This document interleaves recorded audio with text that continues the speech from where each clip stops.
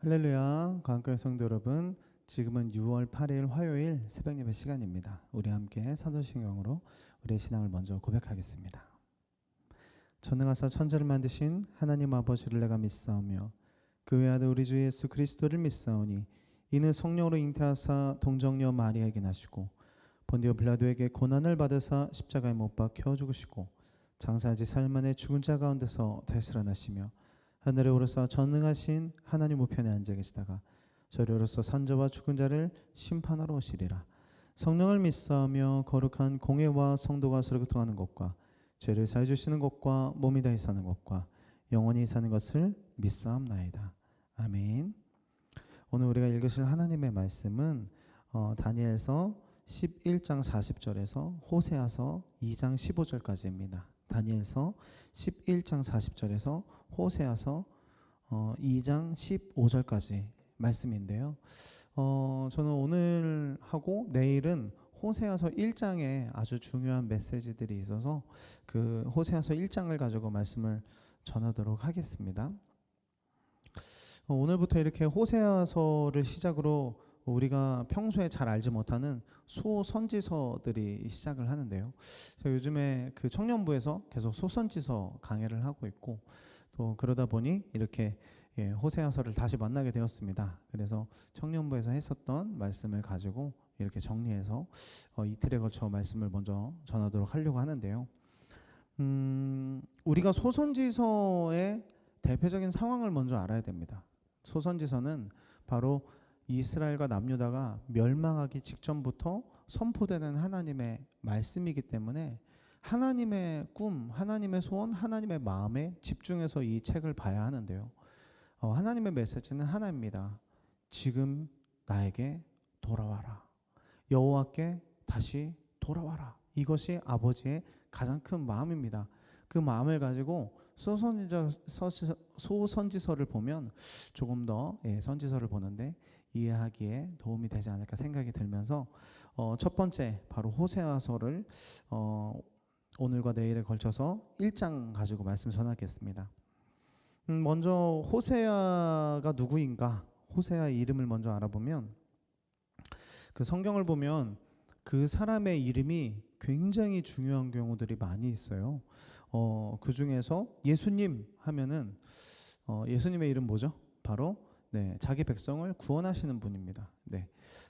그 사람의 이름이 그 사람의 사역과 동일시되는 그 사람을 아주 표현되는 것과 동일시되는 것이 정말 굉장히 많습니다. 또 여호수아의 이름의 뜻은 무엇일까요? 여호수아의 이름은 사실은 예수님과 똑같습니다.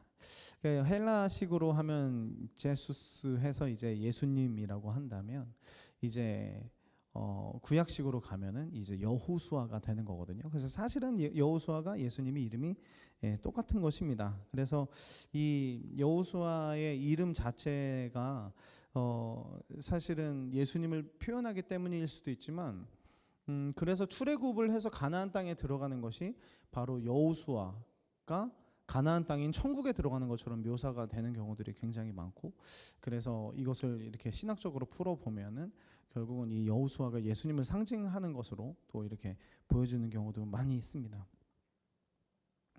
자, 그렇다면 이 호세아의 이름은 무엇일까? 호세아의 이름은 무엇일까요? 사실은 호세아의 이름도 똑같습니다. 여호수아와 똑같습니다. 여호수아의 이름을 이렇게 표현한 것이 바로 호세아입니다. 그래서 호세아 또한 자기 백성을 구원하신다라는 뜻을 갖고 있어요. 때문에 사실은 예수님, 여호수아, 호세아는 똑같은 메시지입니다.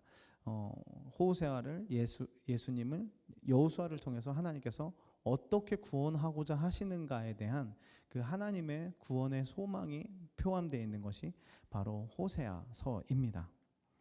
자, 이제 호세아서를 보면 이제 1장에서 아주 중요한 인물이 한 명이 나오는데 바로 아내의 이름 바로 고멜입니다. 자, 호세아의 이름을 뜻을 알아봤다면 이제는 그 당시에 호세아를 부르신 이유를 알아야 돼요. 호세아를 왜 불렀을까? 그거를 다른 또 표현으로 하면 그 시대는 도대체 어땠길래 호세아를 부른 것일까? 하나님께서 호세아를 왜 부르신 것일까를 알아봐야 되겠죠.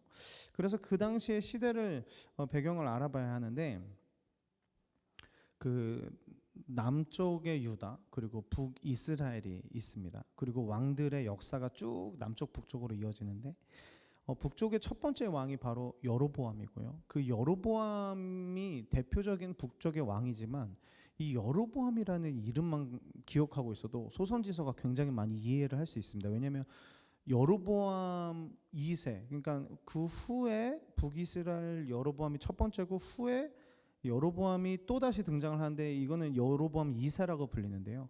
이 여로보암 2세 때 활동했던 선지자가 아주 많습니다. 때문에 그 당시의 시대가 굉장히 타락했던 시대라는 것을 더 유추할 수가 있는데 왜 이런 말씀을 드릴까요? 예, 당연히 호세아가 활동했던 시대가 바로 이 여로보암 2세 때이기 때문입니다.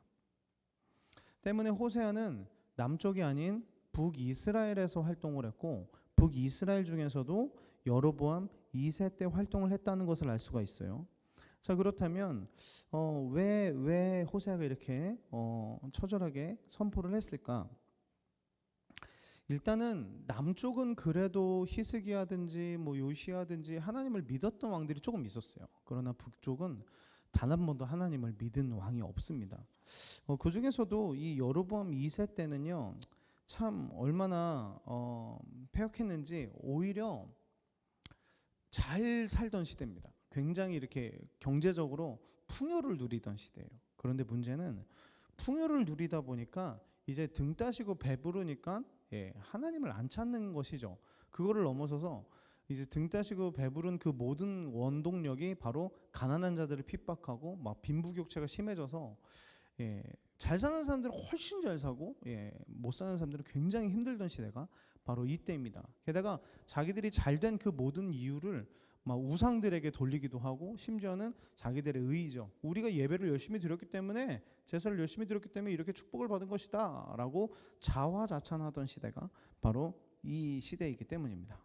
때문에 하나님께서는 자기밖에 모르고 남들을 핍박하던 그 여로보암 2세 시대 때에 저들이 나의 마음을 찢었고 영적으로 외도를 했다. 즉 아까 말씀드린 것처럼 잘된 일이 있으면 우상들 앞에 절하면서 당신들 때문에 잘 됐습니다. 막 이런 짓을 했던 게 이스라엘이었기 때문에 영적으로 외도한 것을 표현하기 위해서 호세아에게 이런 말씀을 하시는데 1장 2절에 보니까 여호와께서 처음 호세아에게 말씀하실 때 여호와께서 호세아에게 이르시되 너는 가서 음란한 여자를 맞이하여 음란한 자식들을 낳아라. 이 나라가 여호와를 떠나 크게 음란함이니라 하시니.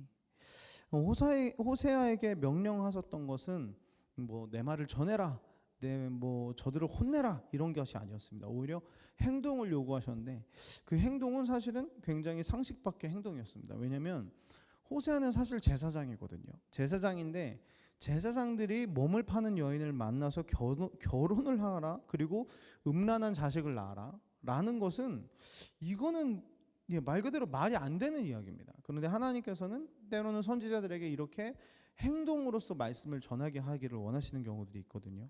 뭐 대표적으로 이사야에게 발거벗고 돌아다녀라 막 이런 말, 아니면 에스겔에게 막 그 벙어리로 만들었었던 이런 것들입니다. 자, 그렇다면 왜 그럴까요? 왜 하나님께서는 이렇게 하셨을까요? 바로 하나님의 마음을 헤아리는 일을 누군가는 해야 하는데 그 하나님의 마음을 헤아리는 사람들이 바로 선지자들이었다는 것입니다. 그래서 그 마음이 너무 알기 때문에 그 마음을 몸으로서 표현을 하고 그리고 두 번째는 몸으로 표현을 해야 사람들의 이목이 주축받으면서 도대체 저 사람이 왜 저러지 하면서 그럴 때 하나님의 메시지를 몸으로써 또 말로써 선포하기 위함이라는 것이죠. 자, 근데 더 나아가서 오늘 이 호세아에게 명령하신 이 말씀만 보면 고멜이라는 이 여자를 만나서 결혼하게 하신 이유가 있습니다. 왜냐하면 고멜이라는 뜻 자체가 어제도 다니엘서에서 인디엔드를 말했지만 오늘도 똑같습니다. 바로 인디엔드이기 때문입니다. 고멜이라는 이름 자체가 끝, 종말, 심판, 소망이 없다 이런 뜻을 갖고 있기 때문입니다. 때문에 하나님께서 이 고멜을 만나서 결혼을 하라 그리고 음란한 자식을 낳으라 라는 것은 이 시대가 고멜과 같이 마지막 때이고 소망이 없고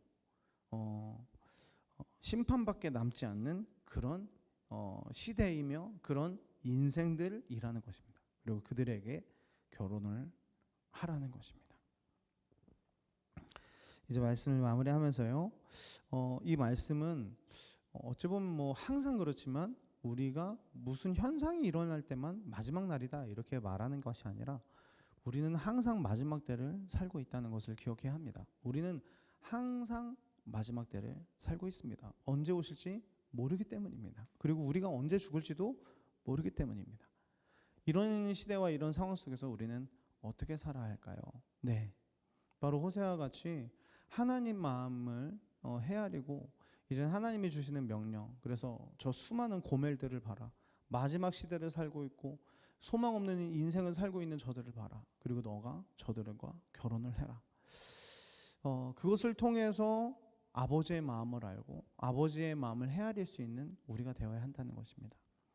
고멜이 가득한 이 시대 속에서 우리는 어떤 삶을 살아야 할까요? 주님이 원하시는 것은 그 고멜들을 바라보면서 아버지의 마음을 헤아리고 아버지의 마음을 그들에게 전하는 것은 아닐까요?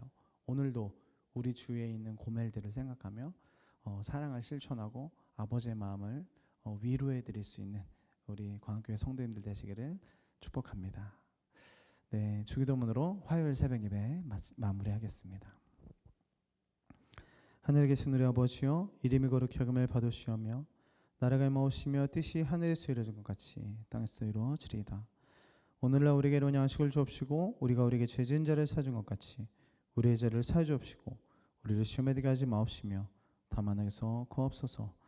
대개 나라와 권세와 영광이 아버지께 영원히 있사옵나이다. 아멘.